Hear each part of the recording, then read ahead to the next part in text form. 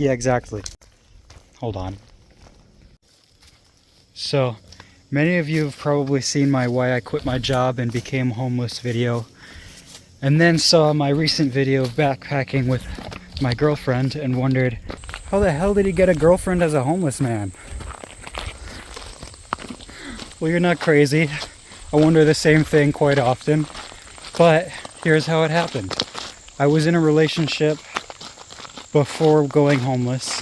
It was kind of a messy relationship I put myself into. But anyways, didn't go great, swore off love, decided I was just going to live for myself and have friends. And, well, it went well. Well, that was up until I got a job at a restaurant and met this amazing person who just happened to manage the restaurant. And yeah, she likes hiking and everything, so it works out well. When I met her, she was just in training to be the manager, and I was just in training to be a regular cashier / server guy. But then we started going on hikes together and just talking casually. Nothing really that flirty, for a while at least. So basically I left for the AT and we were just friends still at that point. And we started talking a lot more as the hiking went on and as the days went by. So basically, early 2022, I got out of a messy relationship that I put myself in because I felt like I deserved it. Yada yada. Got out of that. Also decided that I wasn't going to put up with the way that employers were treating me at restaurants. I also just got fed up with the way that employers had so little care for giving you any more than the basic minimum, which was incredibly hard to live off of. So, I mean, minimum wage just didn't feel like it was worth it anymore, especially putting so much effort in and then hardly being able to pay my bills. So, I decided I was going to live outdoors and see how that went, especially because I liked camping more. And then I decided I wanted some money because living outdoors without money is hard. And then I found a vegan restaurant, worked there, met Andrea. I was not really interested in a relationship with anybody, just interested in making friends. So we became friends, went on a few hikes together, chatted online just about platonic things. And then I went on the AT from February 2023 till I think it was June 2023, and we talked a lot online and our relationship grew. And then she came down to visit me in Damascus during trail days, which you can see in my video. And from there I just decided I wanted to go spend my time with her instead. And now here we are a year later, after I've worked in solar sales for a year again. Decided solar sales is just not worth it for me due to the way that people treat you. That's brutal. Respect to anybody who does that. I did it for a while, it was okay. Hardly made much more than what I needed for cost of living, especially because my silly goose butt bought a car, cost too much again. I've made that mistake before. Silly me. I feel so susceptible to those salespeople at the dealerships. As soon as they find out I like electric cars. Anyways, at the end of May of 2023, we got back to Connecticut and she said we're dating now. I said yay. And then I moved in so we could spend more time together and so I can get a job more easily, which happened. And then now we're here. We're still together and we're going to do the Appalachian Trail next year starting in February. Is it okay if I say that? Yeah. Cool. So, my tips for anybody who is currently or is going to be homeless and is concerned about finding a girlfriend or being alone. Well, first tip is just be yourself, obviously. Everybody should know that at this point. But I mean it. Whatever your passion is, dive into it, and that's going to be what bonds you with people. And the second one is don't target somebody. It's weird.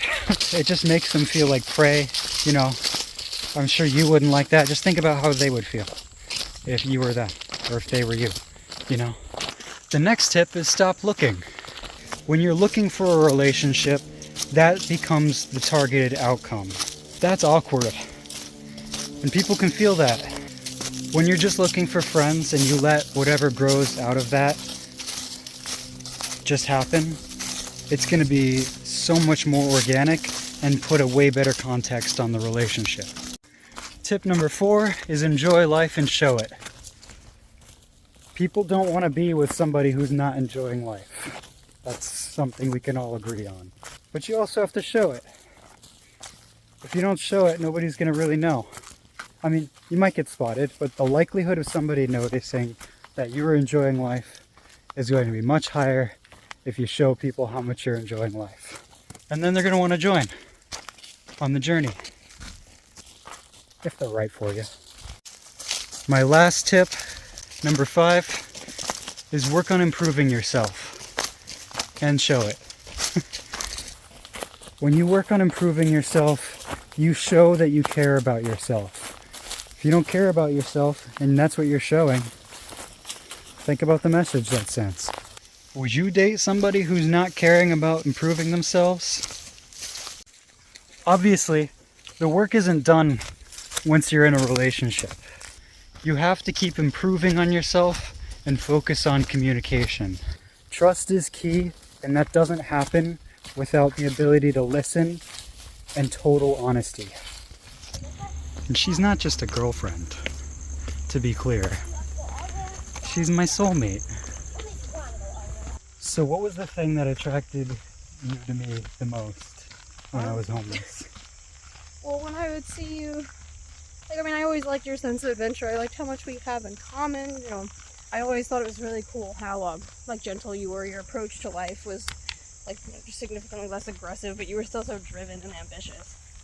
What was the thing that concerned you the most about dating me or the aspect of dating me, the prospect of dating me when I was homeless? Well, nothing about the actual, homelessness itself. I saw, that you had a system, you still cared about, what you ate, hygiene, things like that.